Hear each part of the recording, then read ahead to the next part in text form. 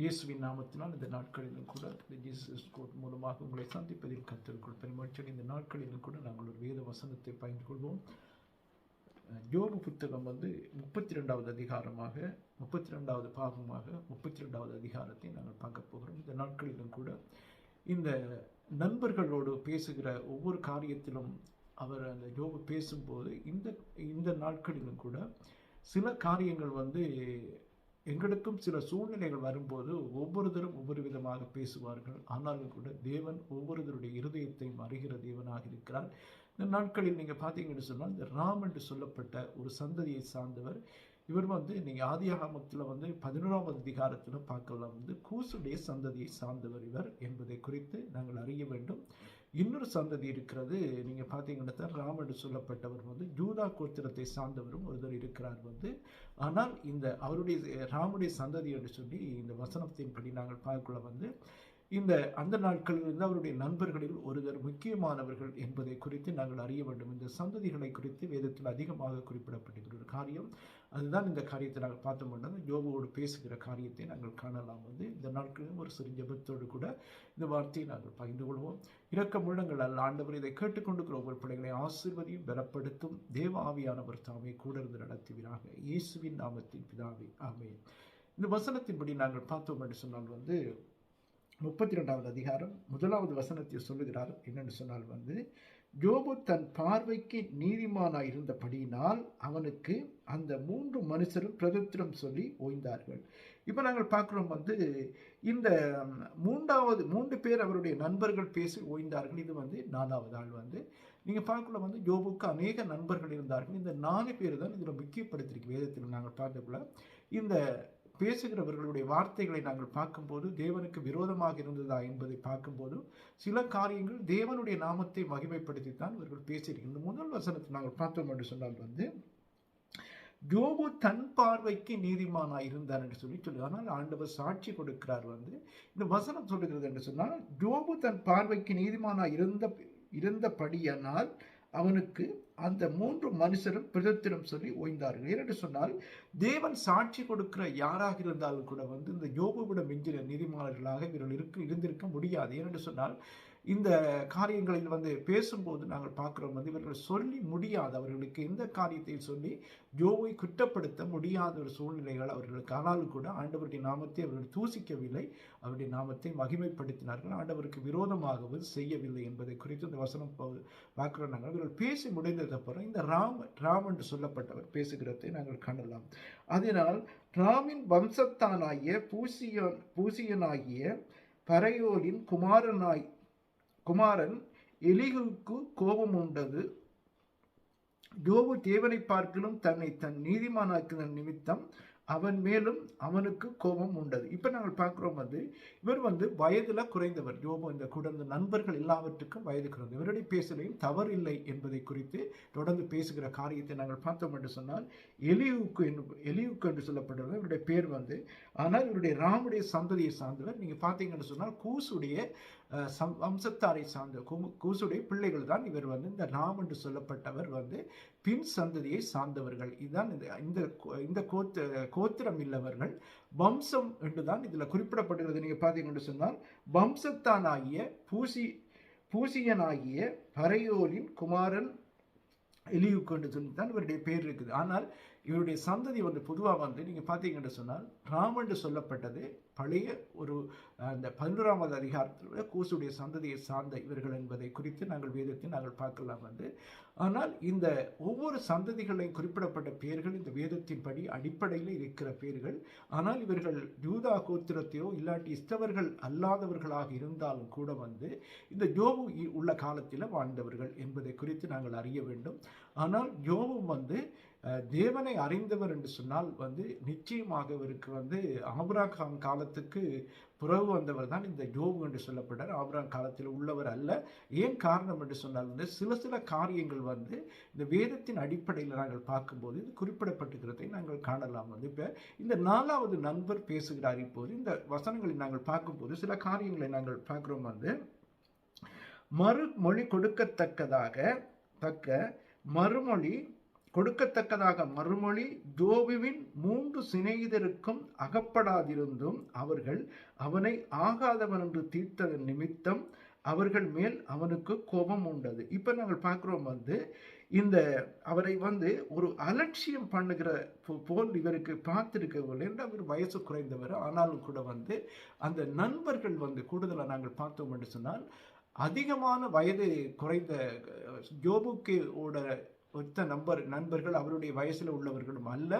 இவர் கொஞ்சம் வயது குறைந்தவர்கள் தான். ஆனால் இவர் அதையும் விட வயது குறைந்தவர், இளமையான இளம் வயது இவருக்கு. ஆனாலும் கூட இவருக்கு அந்த சில காரியங்கள் பிடிக்கவில்லை. என்று சொன்னால் அவர் ஒரு கனத்துக்குரிய ஒரு மனுஷன். ஆனால் அப்படி இருந்தாலும் கூட இவர்கள் பிடிக்கவில்லை என்று சொல்லி இந்த வார்த்தையை நாங்கள் பார்த்தோம் என்று சொன்னால், ஆகாதவன் என்று தீர்த்ததன் நிமித்தம். ஏனென்று சொன்னால் யோபு இப்படித்தான் ஒரு காரியத்தை ஏற்றுக்கொள்கிறார் நிமித்தம் தான் அவர்கள் அந்த காரியத்தில் அவர்கள் ஏற்றுக்கொள்ளவில்லை. அதனால் தான் மற்றும்படி அவர்கள் ஒதுக்கவில்லை. ஆனால் இந்த வசனம் சொல்கிறது இவ்விதமாக அவனுக்கு கோபம் உண்டது. அவர்கள் தன்னை பார்க்கிலும் வயது சென்றவர்களான படியினால் எலிகு யோபுவின் வார்த்தைகள் முடிந்து தீருமட்டும் காத்திருந்தான். இந்த வசனத்தை நாங்கள் பார்க்கிறோம் என்று சொன்னால் இந்த 3 நண்பர்களும் வயது கூடியவர்கள் இவரை விட. ஆனால் இவர் ஒரு வாலிபன். எப்படி வாலிபன் என்று சொல்லக்குள்ள அந்த நாட்களில் 40 வயசு கிட்டத்தட்ட இருக்கு, 38-40க்குள்ள உள்ள வயசு தான் இருக்கும். இவர் இளம், எல்லாரையும் விட இளமை என்று சொன்னால் யோபுவோட வயதுக்கு நண்பர்கள் வயதுக்கு இவருக்கு பார்க்கக்குள்ள அதிகமான வயது குறைந்தவர் என்று பார்க்கல, வாலிபனாக இருந்திருக்கக்கூடும் பேர். அதைத்தான் அந்த வசனமும் சொல்லுகிறதை நாங்கள் பார்க்கும்போது, ஆனால் இவர் எல்லாவற்றையும் பேசுகிற காரியத்தை நாங்கள் கவனித்து பார்க்கல, இந்த யோபுடைய நண்பர்கள் சொல்லப்பட்ட வார்த்தைகளாக இருந்தாலும் எந்த காரியத்திலும் தேவனை தூசித்து ஒரு காரியமும் சொல்லவில்லை என்பதை குறித்து வேத வசனங்களில் இந்த யோபு புத்தகம் முழுவதும் சொல்லுகிறதை நாங்கள் காணலாம். அடுத்த வசனத்தை சொல்லுகிறார், அவர்கள் தன்னை பார்க்கிலும் வயது சென்றவர்களான படியினால் எலிகு யோபுவின் வார்த்தைகள் முடிந்து தீரும் மட்டும் காத்திருந்தான். இப்ப நாங்கள் பார்க்கிறோம் இவர் எல்லாரையும் விட வயது குறைந்தவர், ஒரு வயசுக்குரியவர்களை கனப்படுத்தக்கூடிய ஒரு மனுஷனாக இருந்தார் என்பதை இந்த எலிகு என்று சொல்லப்பட்டவர் என்பதை குறித்து இந்த வேதத்தில் நாங்கள் பார்க்கிறோம். அந்த 3 மனுஷரின் வாயிலும் மறுஉத்தரவு பிறக்கவில்லை என்று எலிகு கண்டபோது அவனுக்கு கோபம் உண்டது. ஏனென்று சொன்னால் இவர்கள் பேசி ஒரு காரியமும் அவரிடத்தில் பதில் இல்லாதபடியினால் அவர் எதிர்த்து ஒவ்வொரு காரியத்தையும் சொல்லிக்கொண்டே வந்தார். அப்ப இவர் அவர்கள் நிறுத்தின உடனே பேசுகிறார். ஏனென்று சொன்னால் ஒரு மனுஷனை கனப்படுத்துகிறதை பார்க்கலாம். ஆனால் இவர் எல்லாவற்றிலும் எந்த காரியமும் தெரிந்த வயது குறைந்தவராக இருந்தாலும் கூட எல்லாவற்றையும் அறிந்திருக்கிற ஒரு மனுஷனாக யோபுடைய நண்பனாக இருந்திருக்கிறார். அதைத்தான் இந்த வசனம் சொல்கிறது, ஆதலால் பரையோரின் குமாரனாகிய எலிகு என்னும் பூசியன் பிரதுத்திரமாக, நான் இளவயதுள்ளவன், நீங்களோ விருதாப்பியர், ஆகையால் நான் அஞ்சி என் அபிப்பிராயத்தை உங்களுக்கு முன்பாக வெளிப்படுத்த பயந்திருந்தேன். ஒரு காரியத்தை நாங்கள் பார்க்கிறோம் அவர்களிடத்தில் ஒரு காரியத்தை சொல்ல வேண்டும் என்று அந்த வயதுக்கு முக்கியத்துவம் கொடுக்கிறார். ஒரு காரியம் அஞ்சி இருந்தேன் என்று சொல்லுகிறார். ஆனால் இவர் சொல்லுகிற காரியத்தை நாங்கள் பார்க்கல இப்போ பார்க்கல நாங்கள் முதியோர் பேசட்டும், வயது சென்றவர்கள் ஞானத்தை அறிவிக்கட்டும் என்றிருந்தேன். ஆனாலும் அவருடைய அபிப்பிராயத்தை கேட்கிறது மாத்திரமல்ல, இந்த 6வது வசனம் சொல்கிறது, ஆதலால் பரையோரின் குமாரனாகிய எலிகு என்னும் பூசியன் பிரதுத்திரமாக, நான் இளவயதுள்ளவன், நீங்களோ விருதாப்பியர், ஆகையால் நான் அஞ்சி என் அபிப்பிராயத்தை உங்களுக்கு முன்பாக வெளிப்படுத்த பயந்திருந்தேன். ஒரு காரியத்தை நாங்கள் விளங்கிக் கொள்ள வேண்டும். இவர் கனப்படுத்துகிறார், யோபுவை மதிக்கிறார், அந்த நண்பர்களை மதிக்கிறார், வயது சென்றவர்களை மதிக்கக்கூடிய ஒரு மனுஷனாக இருக்கிறார். அதனால் யோபுவோடு பேசும்படியாக வருகிறார். அடுத்த காரியத்தை என்ன சொல்கிறார், முதியோர் பேசட்டும், வயது சென்றவர்கள் ஞானத்தை அறிவிக்கட்டும் என்றிருந்தேன். இப்போ இந்த வசனத்தை நாங்கள் பார்க்கல பழைய ஏற்பாட்டு காலத்தில் நீங்கள் பார்க்கலாம், கூடுதலாக மோசே கொடுக்கப்பட்ட கட்டளையின் நாட்களில் தான் இந்த முதியோருக்கு கனப்படுத்துகிறார். ஆனால் எல்லா ஜாதியர்களும் கனப்படுத்தியிருக்கிறார்கள். எகிப்தியராக இருந்தாலும் அமலேக்கியர்களாக இருந்தாலும் கூட நீங்க பார்க்கலாம் இந்த ஆபிரகாமையும் கூட ஒரு வயது சென்ற எல்லாரிலும் வயது கூடியவர் என்று நீங்க பார்க்கலாம். அந்த நிலத்தை கொள்ளும் போது கூட அந்த சாராளை அடக்கம் பண்ணுகிறது நிலத்தை கொள்ளுகிறார். ஆனால் அவர்களையும் கூட கனப்படுத்துகிறார்கள், நீங்க வயசு சென்றவர் என்று சொல்லி கனப்படுத்துகிறார்கள் என்பதை ஆபிரகாமை பார்க்கலாம் நாங்கள். அதே போலதான் இவரும் அந்த கனப்படுத்துகிறது அந்த நாட்களில் இருந்தது. ஆனால் கூடுதலாக இந்த இந்த சந்ததியை சார்ந்தவர்கள் ஏசாட சந்ததியை சார்ந்தவர்கள் என்பதை குறித்து நாங்கள் அறிய வேண்டும். வேறொரு காரியமும் இந்த வசனங்களை நாங்கள் கவனித்து பார்க்கும்போது இவர்களுக்கும் இந்த ஏசாட சந்ததிக்கும் அநேக சந்ததிகளோடு இந்த சேர் என்று சொல்லப்பட்ட இடங்களில் இருந்த அநேகருக்கு சம்பந்தம் இருக்கிறது. இந்த யோபு புத்தகத்தில் குறிப்பிடப்பட்டவர்களும் கூட பழைய ஏற்பாட்டு காலத்தில் இருந்த அவர்களுடைய சந்ததியை சார்ந்தவர்கள். ஆனால் இந்த ஜாதிகள் பிரிந்து போனாலும் கூட இந்த கானானியர்களுக்குள்ள ஒரு ஒற்றுமை இருந்தது, இந்த இஸ்ரவேலர்களோடு கூட ஒரு இணைப்பு இருந்தது என்பதை குறித்து வேதத்தில் அதிகமான இடங்களில் நாங்கள் பார்க்கலாம். கூடுதலாக சொல்லப்பட்ட காரியங்களை இந்த வேத வசனம் சொல்லுகிறதை நாங்கள் பார்க்கலாம். அதே போல் இந்த வசனம் சொல்லுகிறது, ஆனாலும் மனுஷரில் ஒரு ஆவி உண்டு, சர்வ வல்லவருடைய சுவாசமே அவர்களை உணர்வுள்ளவர்கள் ஆக்கும். இந்த வசனத்தை நாங்கள் கவனித்து பார்க்க வேண்டும். ஆனாலும் மனுஷரில் ஒரு ஆவி உண்டு. இது இந்த ஆவி என்று சொல்லக்குள்ள தேவனுடைய சுவாசமாம். இது ஒவ்வொரு மனுஷனுக்கும் இருக்கிறது தேவனுடைய சுவாசம். நாங்கள் சுவாசிக்கிற காத்து ஆண்டவருடையது என்பதை குறித்து அறிய வேண்டும். இந்த உலகத்தில் எந்த மனுஷன் சுவாசிக்கிறாலும் அவருடைய காத்து தான். ஏனென்று சொன்னால் இந்த காத்து நாங்கள் பூமியில வாழும் வரைக்கும் இந்த ஆத்மா எங்களுக்கு பூமியில இருக்கும். ஆனால் இந்த ஆத்மா தான் மரணத்தை சம்பவிக்கிறதும். ஆனால் இந்த ஆத்மாவுக்கு தான் நரகமும் நித்திய ஜீவனும். இந்த ஆத்மா ஜீவனோடு இருக்கிறாலும் மரணத்துக்கு போகிறாலும் இந்த ரெண்டு காரியத்திலும் தப்புவிக்கப்பட வேண்டும். ஆனால் இந்த நித்திய ஜீவனுக்குள் போக வேண்டும். அதற்கு மனம் திரும்புதல் முக்கியம். அதைத்தான் இந்த வசனத்தை சொல்லுகிறார், ஒரு ஆவியுண்டு, சர்வ வல்லருடைய சுவாசமே அவர்களை உணர்வுள்ளவர்கள் ஆக்கும் என்று சொல்லி இந்த வசனம் சொல்லுகிறது. ஏன் காரணம் என்று சொன்னால் அவர் தேவனுடைய ஆவி ஒரு மனுஷனுக்கு உணர்த்த முடியும். நீங்க பார்க்கலாம் வேதத்தில் அதிகமான பேர்களுக்கு கோரசுடைய ஆவியை எழுப்புகிறார் ஆண்டவர். இப்படி அநேக காரியங்களை செய்கிறதை நாங்கள் வேதத்தில் காணலாம். ஆமென். இன்றைய நாட்களிலும் கூட நாங்கள் பார்க்கிற ஒவ்வொரு காரியத்திலும் தேவனுடைய வழிகள் நிச்சயமாக எந்த மனுஷனுக்கும் தெரிந்திருக்குது என்பதை குறித்து நாங்கள் அறிய வேண்டும். இந்த நாட்களில் ஒரு மனுஷன் தேவனை அறிகிறதுக்கு இந்த உலகத்தில் ஒரு அழிவு வரக்குள்ளையோ இல்லாட்டி ஒரு நெருக்கம் வரக்குள்ளோ எந்த ஜாதியராக இருந்தாலும் எந்த மனுஷராக இருந்தாலும் ஒரு பயம் உண்டாகுது அப்போதுதான். ஆனால் தேவன் இருக்கிறார் என்பதை குறித்து அறிந்து கொள்கிறார். இன்றைக்கு நாங்கள் பார்த்தோம் என்று சொன்னால் இன்றைக்கு இந்த உலகத்தில் நடக்கிற சீட்டங்கள் அழிவுகள் இப்படிப்பட்ட காரியங்கள் வரக்குள்ளதான் ஆண்டவரை நினைக்கிறார்கள் அநேகர். ஆபத்து என்று வரும்போது ஆனாலும் ஆண்டவர் சொல்லியிருக்கிறார் ஒரு வார்த்தை என்று சொன்னால், ஆபத்து காலத்தில் என்னை நோக்கி கூப்பிடு என்று சொல்லியிருக்கிறார். இந்த வசனத்தை நாங்கள் பார்க்கும்போது யாராக இருந்தாலும் ஆண்டவரே என்று நோக்கி கூப்பிடக்கூட நிச்சயமாக இயேசு கிறிஸ்து உதவி செய்ய வல்லமை உள்ள தேவனாக இருக்கிறது. அந்த வசனம் சொல்கிறபடி நாங்கள் பார்க்கும்போது அவர்களை உணர்வுள்ளவர்களாக்கும். பெரியோரெல்லாம் ஞானிகள் அல்ல, முதியோரெல்லாம் நீதியை அறிந்தவர்களும் அல்ல. இப்ப நாங்கள் பார்க்கிறோம் பெரியோர்கள் எல்லாம் ஞானிகளாக இருக்க முடியாது என்று சொன்னால் இது சொல்லுகிற காரியத்தில் அநேக அர்த்தங்கள் இருக்கு. இப்போ தேவனுடைய கட்டளைகளையும் அவருடைய வசனத்தை அறிந்தவர்கள் தான் ஞானம் என்று சொல்லி வேதம் சொல்லுகிறது. நாங்கள் பார்த்தோம்னா கர்த்தரை அறிகிற அறிவு தான் ஞானத்தின் ஆரம்பமாம். அப்ப முதியோர்களிடத்தில் இல்லை, அவருக்குத்தான் அறிவு உண்டு என்று சொல்லி யோபு புத்தகத்தில் முதல்ல நாங்கள் பார்த்தோம். இந்த வசனத்தில் சொல்லப்படுகிற காரியத்தை தான் இந்த இவருக்கு ரெண்டு காரியத்தை ரெண்டு விதமாக இவர்களுடைய முதலாவது நாங்கள் பார்க்கல ஒரு உண்மையான பேர் என்று பார்க்கல எலிகூக்கு என்று சொல்லப்படுது. ஒரு இடத்துல இந்த பேர்கள் மாறப்பட்டு பூசியோன் என்று சொல்லி சொல்லப்படுகிறது. இப்படி ரெண்டு காரியத்தை நாங்கள் பார்க்கலாம். அந்த பேர்கள் சில நேரங்களில் மாறுபட்டு வருகிற விதத்தில் இருக்கிற காரியங்கள் தகப்பனுடைய பேர் வரும், இல்லாட்டி அதுக்கு அவருடைய தகப்பனுடைய பேர் வரும், இல்லாவிட்டால் அவருடைய தகப்பனுடைய பேர் வரும், இல்லாட்டி அவருடைய பேரை முக்கியப்படுத்துவார்கள் என்பதை குறித்து வேதத்தில் நாங்கள் பார்க்கிறோம். இப்போ இவர் இந்த பேர்கள் குறிப்பிடப்படுகிறதுக்கு காரணம் இவர் அதிகமாக பழைய ஏற்பாடு அந்த 11ஆம் அதிகாரத்தில் குறிப்பிடப்பட்ட அந்த கானானுடைய சந்ததியை சார்ந்தவர்கள், அதோடு இவர்களுக்கும் சேயீர் மலையில் இருந்த இந்த ஏசாட சந்ததிக்கும் சம்பந்தம் இருக்குது என்பதை குறித்து நாங்கள் அறிய வேண்டும். கூடுதலாக இந்த ராம் என்று சொல்லப்பட்டவருடைய குமாரன் தான் இவர். இதை நாங்கள் பார்க்கல 4வது தலைமுறையை சார்ந்தவர் இவர். ஆனாலும் அதுக்கு முதல் அவங்களோட பரம்பரையாக அவர்களுடைய சொந்த பந்தங்களை குறித்து இதில் குறிப்பிடப்படுகிறது. ராம் என்று சொல்லப்பட்டது எங்கேயோ இருக்கிற தலைமுறை பழைய தலைமுறைகளில் உட்பட்டவர் இவர். இவருடைய பேர் குறிப்பிடப்படுகிறதுனால் இவருடைய சந்ததி தொடர்ந்தும் இருந்திருக்கு என்பதை குறித்து வேதம் ஆதாரமாக காண்பிக்கிறது.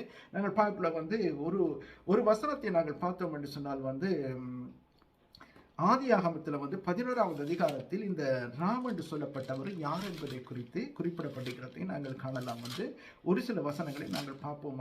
இந்த 11வது அதிகாரத்தில் மன்னிக்கவும் 10வது அதிகாரத்தில் இந்த பொதுவாக வந்து அநேகர் நினைக்கிற வந்து இந்த 11ஆம் அதிகாரத்தில் தான் ஜனங்களை வந்து ஆண்டவர் வந்து இந்த பாசைகளை திசை திருப்பி விடுகிறார், பாசைகளை பிரித்து விடுகிறார். ஆனால் 10ஆம் அதிகாரத்தில் துவங்குது இது.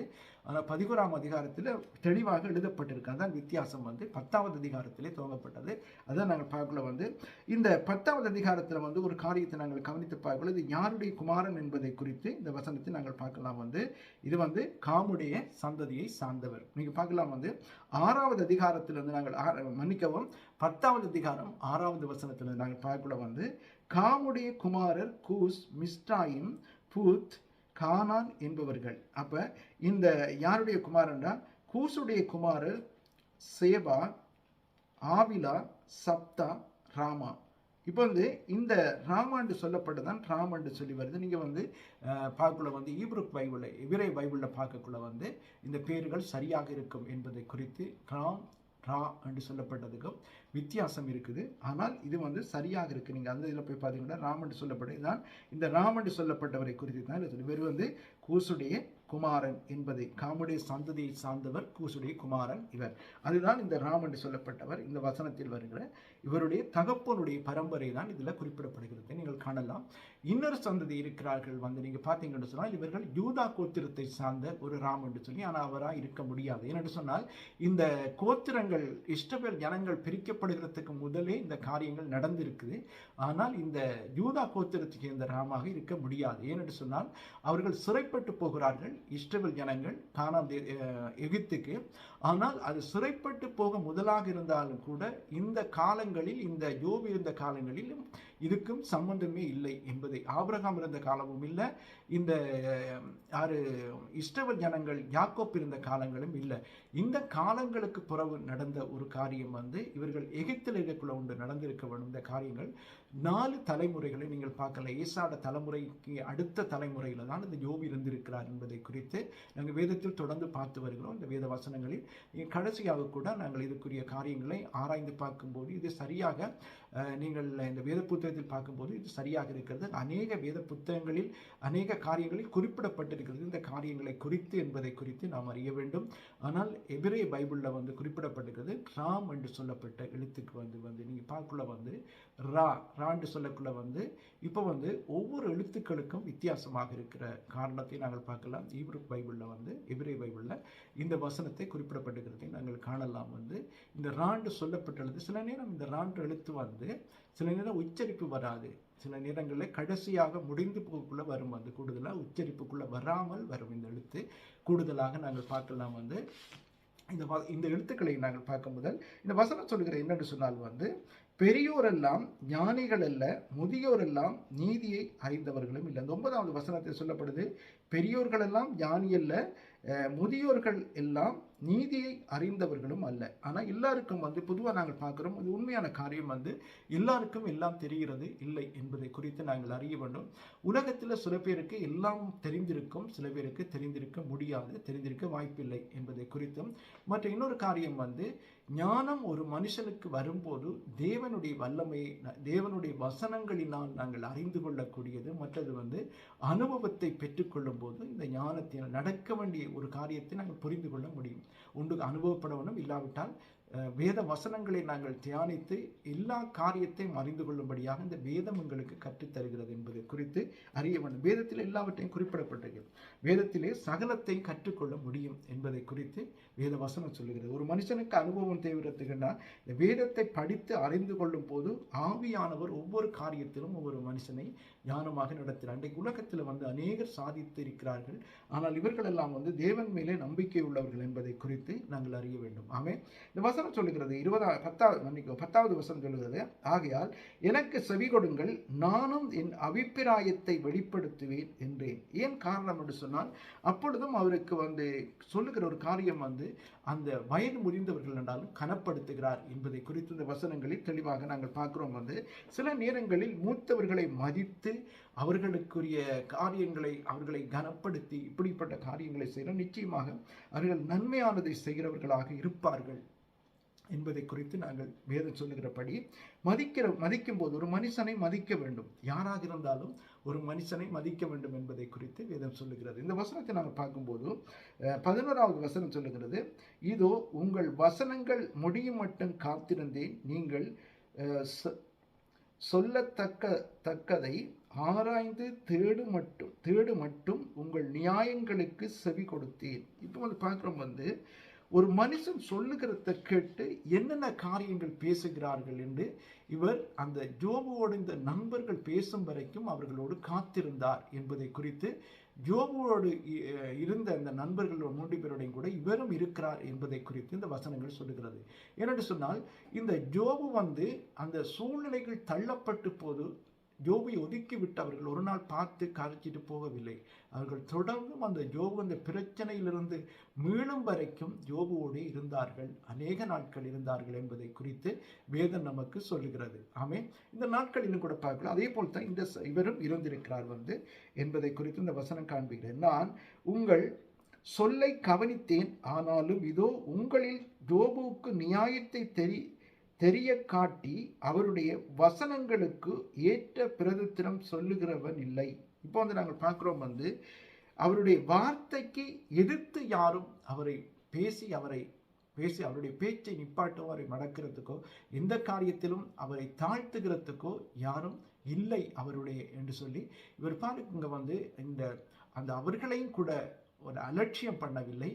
ஆனால் அந்த யோபுக்கும் கூட அவர் என்ன சொல்லுகிறார், கனப்படுத்தி பேசுகிற காரியத்தை நாங்கள் காணலாம். ஆனாலும் கூட இவர் சொல்லுகிற காரியத்தை கவனித்து பார்க்கும்போது ஞானத்தை கண்டுபிடித்தோம். 13வது வசனத்தை நாங்கள் பார்க்கல, ஞானத்தை கண்டுபிடித்தோம் என்று நீங்கள் சொல்லாதபடி பாருங்கள், மனுஷன் அல்ல தேவனே அவரை ஏன் கொள்ள வேண்டும். இப்போ நாங்கள் பார்க்கிறோம், இந்த 12வது வசனத்தை நான் உங்களுக்கு சொல்லை கவனித்தேன், ஆனாலும் இதோ உங்களில் யோபுக்கு நியாயத்தை தெரிய காட்டி அவருடைய வசனங்களுக்கு ஏற்ற பிரதித்திரம் சொல்கிறவன் இல்லை. அப்ப யாரும் அவருக்கு சொல்ல முடியாது. என்னென்னு சொன்னால், இந்த யோபு எல்லாவற்றையும் அறிந்தது மாத்திரமல்ல, தேவனை அறிந்திருக்கிறார். தேவனுடைய எல்லாவற்றிலும் அவருடைய ஆசீர்வாதங்களை அவரை ருசித்து பார்த்திருக்கிறார். அதனால் யோபு குறித்து எந்த காரியங்களும் யாரும் அவரை குற்றமாக பேசி யாரோ அலட்சியம் பண்ணுகிறதுக்கு ஆண்டவர் விடவில்லை என்பதை குறித்து நாங்கள் அறிய வேண்டும். ஆனால் நண்பர்களை கூட ஆண்டவர் தள்ளவில்லை, கடைசி வரைக்கும் இருக்கிறார். இன்றைக்கு நீங்க பார்த்தீங்கன்னு சொன்னால், உங்களோடு இருக்கிற நண்பர்கள் சில நேரங்களில் உங்களுக்கு ஒரு பிரச்சனை வரைக்குள்ள ஒதுங்கி போயிடுவார்கள். இவர்கள் பேசிக் கொண்டிருந்தாலும் யோபுவோடு இருந்தார்கள் என்பதை குறித்து இந்த வசனங்கள் சொல்லுகிறது. ஆனால் கடைசி வரைக்கும் இருந்தார்கள் இவர்கள் என்பதை குறித்து பார்க்கிறோம். நாங்கள் இந்த வசனத்தின்படி நாங்கள் பார்க்கல, ஞானத்தை கண்டுபிடித்தோம் என்று நீங்கள் சொல்லாதபடிக்கு பாருங்கள், மனுஷன் அல்ல தேவனே அவரை ஜெயம் கொள்ள வேண்டும். இப்போ நாங்கள் பார்க்கிறோம், எந்த மனுஷனும் ஒரு மனுஷனை ஜெயம் கொள்ள முடியாது, ஆனால் தேவனால முடியும் என்று சொல்லுகிறார். அப்போ தேவனுடைய நாமத்தை மகிமைப்படுத்திய இந்த நண்பர்கள் ஒரு காலமும் இவர்கள் பேசுகிற நாட்களில் தேவனை ஒரு காலமும் அலட்சியம் பண்ணவில்லை. அந்த யோபு குறித்து தான் பிழை சொன்னார்கள் ஒழிச்சு தேவனை குறித்த ஒரு காலமும் எந்த காரியத்திலும் குற்றம் சொல்லுவது. அதே போல தான் இவரும் சொல்லுகிற காரியங்கள் என்னென்னு சொன்னால், ஞானத்தை கண்டுபிடித்தோம் என்று நீங்கள் சொல்லாதபடி பாருங்கள், மனுஷன் அல்ல தேவனே அவரை ஜெயம் கொள்ள வேண்டும். 14வது வசனத்தை நாங்கள் பார்க்கிறோம், அவர் என்னை பார்த்து பேசினதில்லை, நீங்கள் சொன்ன வார்த்தைகளில் நான் அவருக்கு பிரதித்திரம் சொல்வதும் இல்லை. ஏன் காரணம் என்று சொன்னால், நான் அவங்க சொல்லுகிற சரி நீ இப்படித்தான் என்று சொல்லி அவர் அவர்களோடு சேர்ந்து கதைக்கவில்லை. ஆனாலும் தொடர்ந்து சில காரியங்களை சொல்லியிருக்கிறதை நாங்கள் காணலாம். இந்த வசனம் சொல்லுகிறது, அவர்கள் கலங்கி அப்புறம் பிரதித்திரம் சொல்லாதிருக்கிறார்கள், அவர்களுக்கு பேச்சு அற்று போயிற்று. இப்போ பார்க்கல அவர்கள் சொல்லி பார்த்தார்கள் யோபுவிடத்தில் எந்த காரியத்தையும் குறித்து அவன் ஏற்றுக்கொள்கிறதாக இல்லை. ஏனென்று சொன்னால், ஒரு மனுஷனுக்கு நெருக்கம் வரும்போது யார் பேசினாலும் கேட்கவே முடியாது. ஏன் காரணம் என்று சொன்னால், தேவன் ஒருவேளை அவருடைய இருதயங்களை திறந்து அவர்கள் சொல்லுகிறதை காரியத்தை கேட்க தேவன் வழி திறந்தால் தான் உண்டு என்பதை குறித்து நாங்கள் அறிய வேண்டும். ஆமென். தேவனுடைய வழிகளை எல்லாவற்றையும் நாங்கள் அறிய வேண்டும் என்பதை குறித்து இந்த வசனங்கள் எங்களை காண்பிக்கிறது. 15வது வசனத்தை நாங்கள் பார்க்கும்போது, அவர்கள் கலங்கி அப்புறம் பிரதித்திரம் சொல்லாதிருக்கிறார்கள், அவர்களுக்கு பேச்சு அற்று போயிற்று என்று சொல்லுகிறார். இந்த காரியத்திலையும் கூட அவர்கள் பேசவில்லை, இதோடு அவர்களுடைய பேச்சு நிறுத்தி கொண்டார்கள். ஆனாலும் கூட அவருடைய இந்த இளம் வயதுள்ள நண்பர் வந்து இந்த ராம் வந்து பேசும்போது, எலிகு பேசும்போது இவ்விதமாக சொல்லுகிறார். இப்ப அவர்கள் பேசுவார்களோ, 16வது வசனம், அவர்கள் பேசார்களோ என்று காத்திருந்தேன், ஆனாலும் அவர்கள் அப்புறம் மறுமொழி கொடாமல் இருந்தபடியினால். இப்போ வந்து அவர்கள் மறுமொழி கொடாமல் இருந்தபடியினால் இவர் என்ன செய்கிறார் வந்து, நாங்கள் 17வது வசனத்தை சொல்கிறார், நானும் பிரதித்திரமாக எனக்கு தோன்றிய மட்டும் சொல்லுவேன், நானும் என் அபிப்பிராயத்தை வெளிப்படுத்துவேன் என்று சொல்லுகிறார். எனக்கு தோன்றிய மட்டும் நான் சொல்லுகிறேன், என்னுடைய அபிப்பிராயத்தை நான் வெளிப்படுத்துகிறேன் என்று சொல்லுகிறார். இப்போ வந்து இந்த நண்பர்கள் பேசுறது பிறகு இவர்கள் வந்து இவர் ஏதாவது ஒருவரை தேற்றுகிற காரியங்களை சொல்லுகிறார் என்று பார்த்தா, அவர் சொன்ன காரியங்கள் இது பண்ணி இவரும் அதைத்தான் பேசப் போகிறார் என்பதை குறித்து நாங்கள் பார்க்கும்போது என்ன சொல்லுகிறார் என்று சொன்னால், இந்த 17வது வசனம், நான் பிரதித்திரமாக எனக்கு தோன்றிய மட்டும் சொல்லுவேன், நானும் என் அபிப்பிராயத்தை வெளிப்படுத்துவேன். என்னுடைய அபிப்பிராயம் என்று சொல்ல, இன்றைக்கு வந்து அநேக ஆலோசனை சொல்லலாம், அது எங்களுக்கு சாத்தியமாகுமா என்பதை குறித்து நாங்கள் சிந்தித்து பார்க்கும்போது வேத வசனத்தின்படி எங்களுக்கு எல்லாம் சாத்தியம் ஆகாது என்பதை குறித்து நாங்கள் அறிய வேண்டும். அதுதான் அந்த வசனம் சொல்லுகிறது. அடுத்ததுல நாங்கள் 18வது வசனம் சொல்லுது, வார்த்தைகள் எனக்கு நிறைந்திருக்கிறது, என் உள்ளத்தில் உள்ள ஆவி என்னை நெருக்கி ஏவுகிறது. இப்ப நாங்கள் பார்க்கிறோம் வந்து இது வந்து மாமிசத்தின் ஆவியா, தேவனுடைய ஆவியா? இன்றைக்கு அநேகருடைய கேள்வி என்னென்னு சொன்னால் வந்து, ஒரு காரியம் ஒருத்தர் எங்களுக்கு சொல்லும் போது நாங்கள் அவர்களிடத்தில் திரும்பி ஒரு காரியத்தை நாங்கள் கவனிக்கும் போது, இது ஆண்டவர் பேசுகிறாரா இல்லாட்டி இவருடைய மாமிசமா பேசிக்கொண்டிருக்கிறது என்பதை குறித்து இந்த வசனம் சொல்லுகிறது. என்னென்று சொன்னால், ஆவி என்னை நெருக்கி ஏவுகிறது என்று சொல்லுகிறது. இப்போ வந்து ஏன் வந்து இவருக்கு வந்து நெருக்கி ஏவப்பட வேண்டும்? சில காரியங்களை வேதம் சொல்லுகிறது. ஆண்டவர் சில காரியங்களை ஒரு தீர்க்கதரிசியாக இருந்தாலும் அவருக்கு வந்து தேவன் அவர்களை நெருக்கி ஏவப்பட்டு பேசுவார்கள், அப்படி ஒரு காரியம்.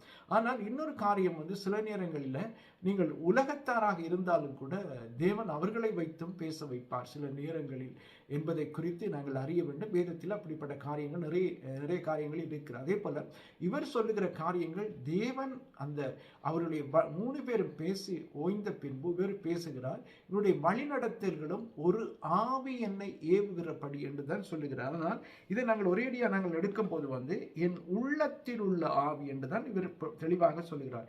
உள்ளத்தில் உள்ள ஆவி என்று சொன்னால் இது மாமிசமாக சொல்லுகிறாரா என்று பார்க்கல. அப்படி என்று சொன்னால் ஒருதன் மாமிசத்தில் அவர் பேசியிருந்தால் தேவனுடைய நாமத்தைக்கு எதிர்ப்பாக பேசியிருப்பார் என்பதை குறித்து நாங்கள் அறிய வேண்டும். ஆனால் அப்படி பேசவில்லை. இந்த வசனம் தெளிவாக சொல்லுகிறது, இதோ என் உள்ளம் அடைக்கப்பட்டிருந்து புது துருத்திகளை முதலாய் பீற பண்ணுகிற புதுரசத்தை போல் இருக்கிறது. இப்ப நாங்கள் பார்க்கிறோம் வந்து இந்த வார்த்தை எனக்குள்ளே வருகிறது இல்லை என்று சொல்லி நீங்க பாத்தீங்கன்னு சொன்னால், ஒரு மனுஷன் வந்து தீர்க்க தரிசனம் சொல்லும் போது இல்லாவிட்டால் ஆண்டவர் ஏவப்பட்டு பேசும்போது உங்களுக்குள்ள இந்த உலகத்தில் உள்ள சிந்தனைகள் வராது.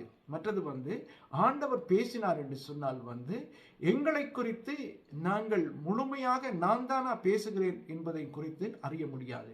இதுதான் வந்து தேவன் பேசுகிற காரியம். இந்த வசனத்தை தெளிவாக சொல்லுகிறார், இதோ என் உள்ளம் அடைபட்டிருந்தது. ஆமே, இந்த வசனத்தை நீங்க பாத்தீங்கன்னு சொன்னால் எங்களுடைய உள்ளம் வந்து வேற காரியங்களை சிந்திக்காதபடி தேவன் பேசும்போது வேற காரியங்கள் எங்களுக்குள்ளே வராது. ஏன் காரணம் என்று சொன்னால், தேவனுடைய ஆவி பேசிட்டு என்று சொன்னால் வேற காரியங்கள் வராது. ஆனால் அது உண்மையாக பேசும், சரியாக பேசும் என்பதை குறித்து. ஆனால் சரியாக பேசாவிட்டாலும் கூட, சரியாக பேசாமல் ஒரு காரியங்கள் தவறுதலாக அந்த காரியங்கள் வந்து ஒரு நடக்காத ஒரு காரியமாக இருந்தால் நிச்சயமாக அது மாமிசம் கிரிய செய்யும். ஒரு காரியமும் வந்து தேவன் ஏவப்படுகிறார் என்று சொன்னால் வேற காரியம் சிந்தனைகள் எங்களுக்குள்ளே வராது. அதுதான் வந்து உண்மையாக ஆண்டவர் பேசுகிற காரியம். வேதத்தின் அடிப்படையில் இதுதான். இதைத்தான் இந்த வசனமும் சொல்லுகிறது தெளிவாக வந்து, புது துருத்திகளை முதலாய் பீற பண்ணுகிற புதுரசத்தை போல் இருக்கிறது. இப்போ வந்து நாங்கள் பார்க்கல வந்து ஒரு வித்தியாசமாக இருக்கிறவரோடு பேசும்போது என்பதை குறித்து வசனம் சொல்லுகிறது எங்களுக்கு தெளிவாக. ஒரு மனுஷனோடு நாங்கள் பேசும்போது எங்களுக்கு ஒரு காரியத்தை வெளிப்படுத்தினார் என்று சொன்னால் ஆண்டவர் வேற சிந்தனைகளை கொண்டு வர மாட்டாது. இதுதான் வந்து தேவன் பேசுகிற காரியங்கள் என்பதை குறித்து வேதத்தில் நீங்கள் அதிகமான இடங்களில் நீங்கள் பார்க்கலாம். வந்து ஏன் காரணம் என்று சொன்னால் வந்து இந்த பார்வையனுக்கு முன்பாக யோசப் வந்து பேசும்போது உன்னை போல தேவனுடைய ஆவியை பெற்றவர்கள் வேறு யாரும் இல்லை என்பதை குறித்து பார்வையன் சொல்லுகிறார். அதைத்தான் வந்து யோசப்புடைய நாவிலிருந்து புறப்பட்ட வார்த்தைகள் வேறொரு காரியத்தை குறித்தல்ல, தேவனை குறித்தே தேவன் சொல்லப்பட்ட ஆலோசனை பேசுகிறது என்பதை குறித்து அறிய வேண்டும். இன்றைய நாட்களிலும் தேவனுடைய பிள்ளைகளே, உங்களுடைய வாழ்க்கையிலும் கூட இப்படிப்பட்ட காரியங்கள், உங்களுக்கு வேற சிந்தனைகள், அநேக காரியங்களை சிந்தித்து போட்டு அந்த காரியங்கள் குழப்பத்தில் ஒரு நாளும் அது ஆகுமா இது ஆகுமா என்று சொல்லி அப்படி ஆண்டவர் பேசுகிறல்ல, ஒரே காரியத்தை தான் ஆண்டவர் பேசுவார் என்பதை குறித்து நாங்கள் அறிய வேண்டும். இன்றைக்கு அநேக முடிவுகள் தாமதித்து எடுக்கிறது நல்லது. ஏன் காரணம் என்று சொன்னால் எந்த காரியமும் டக்கண்டு எடுக்கிற முடிவது தேவனுடைய ஆலோசனையாக இருக்காது. இன்றைக்கு அநேக அப்படிப்பட்ட ஆலோசனைகளில் விழுந்திருக்கிறதை நாங்கள் காணலாம். தேவன் அப்படிப்பட்டவர் அல்ல. தேவன்றது ஆலோசனை பொறுமையாக இருக்கிற ஆலோசனை. இது வேதத்தின் அடிப்படையில் அநேக காரியங்களை இந்த தீர்க்கதரிசிகளுக்கு ஆண்டவர் வெளிப்படுத்தியிருக்கிறார் என்பதை குறித்து நாங்கள் அறிய வேண்டும். ஆனால் இந்த தானியேலை நீங்கள் பார்த்தீங்கன்னு சொன்னால் அவர் அந்த ராஜாவிடத்தில் சொல்லப்படுகிற காரியங்கள், அந்த தீர்க்கதரிசிகள் எல்லாரையும் கொலை செய்ய வேண்டும் என்று சொல்லி அந்த ராஜா கட்டளை பிறப்பித்த உடனே தானியேல் சொல்லல, உடனே நாங்கள் அந்த காரியத்தை நான் சொல்லுகிறேன் என்று. ஆனாலும் நாட்கள் கேட்கிறார். அதுக்கு தேவனிடத்தில் அதை கேட்டு விசாரித்து அதுக்கு பிறகுதான் அதுக்கு பதில் சொல்லுகிறார் தானியேல் என்பதை குறித்து நாங்கள் அறிய வேண்டும். அதே போலதான் இந்த எலிகு சொல்லப்பட்ட புசியோன் என்று சொல்லப்பட்டவர், இவரும் கூட இந்த ராமுடைய சந்ததியை சார்ந்தவர். இப்படி இவ்விதமாக பேசுகிறார். புது துருத்திகளை முதலாய் பீற பண்ணுகிற புது ரசத்தை போல் இருக்கிறது என்று சொன்னால் அந்த வார்த்தை அவருக்கு ஒரு புது அனுபவமா இருக்கிறது. புது அனுபவம் என்று சொல்லக்குள்ள நாங்கள் பார்க்கல ஒரு புது துருத்திகளில் இப்ப பழைய துருத்தியில புது ரசத்தை வைக்கக்கூடாது, ரெண்டும் பீறப்படும் என்று சொல்லி சொல்லுவார். அதுக்கு அநேக அர்த்தங்களை நாங்கள் பார்க்கலாம். இப்ப இந்த வசனத்தை சொல்லுகிறார் என்று சொன்னால் புது துருத்திகளை முதலாய் பீற பண்ணுகிற புது ரசத்தை போல் இருக்கிறது. ஏனென்று சொன்னால் இந்த புது ரசத்தை போல் இருக்கிறது என்றால் புது துருத்தியை கூட பீற பண்ணுகிறது என்று சொன்னால் அந்த வார்த்தைக்கு இவ்வளவு ஒரு அதிகாரத்தோடு வருகிறது. எனக்கு அந்த வார்த்தையை பேசும்படியாக ஆவியானவர் என்னை ஏவப்பட்டு அந்த காரியத்தை செய்ய சொல்லுகிறார் என்பதை குறித்து இந்த வசனம் சொல்லுகிறது. அதுதான் நாங்கள் பார்த்தோம் என்று சொன்னால் 20வது வசனத்தை நாங்கள் பார்க்கல, நான் ஆறுதல் அடையும்படி பேசுவேன், என் உதடுகளை திறந்து பிரதித்திரம் சொல்லுவேன் என்று சொல்லுகிறார்.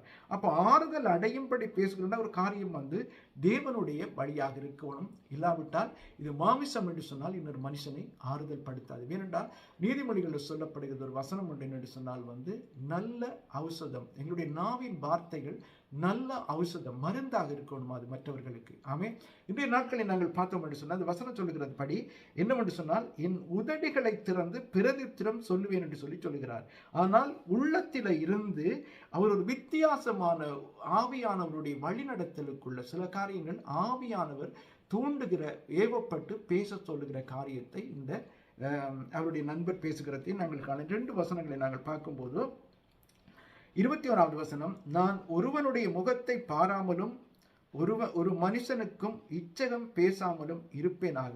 இதையும் சொல்லுகிறார். ஏனென்று சொன்னால் அவருடைய மாமிசம் பலம் செய்ய வரக்கூடாது என்பதை குறித்தும் சொல்லுகிறார். ஆனால் கடைசி வசனம் சொல்லுகிறது, நான் இச்சகம் பேச அறியேன், பேசினால் என்னை உண்டாக்கினவர் சீக்கிரமாய் என்னை எடுத்துக்கொள்வார். இந்த வசனத்தை நாங்கள் பார்த்தோம் என்று சொன்னால் இவர் தேவனுக்கு எவ்வளவு பயப்படுகிறார் என்பதை குறித்து இந்த வசனத்தை நாங்கள் பார்க்கிறோம் தெளிவாக. ஆமே, இதே போலதான் நாங்கள் இன்றைக்கு பார்க்கிறோம் தேவனுக்கு பயந்து ஒரு மனுஷன் இருந்தான் என்று சொன்னால் சில நேரங்களில் தேவ ஆவியானவர் பேசுகிறது நீங்க நினைக்கிற மாதிரி ஆண்டவர் டக்கண்டு பேசி போட்டு போறவர் அல்ல. ஆனால் உங்களுக்கு நீங்கள் ஆண்டவர் உண்மையாக பேசுகிறார் என்று சொன்னால் உங்களுடைய சிந்தனைகள் எல்லாம் சரியாக இருக்கும்.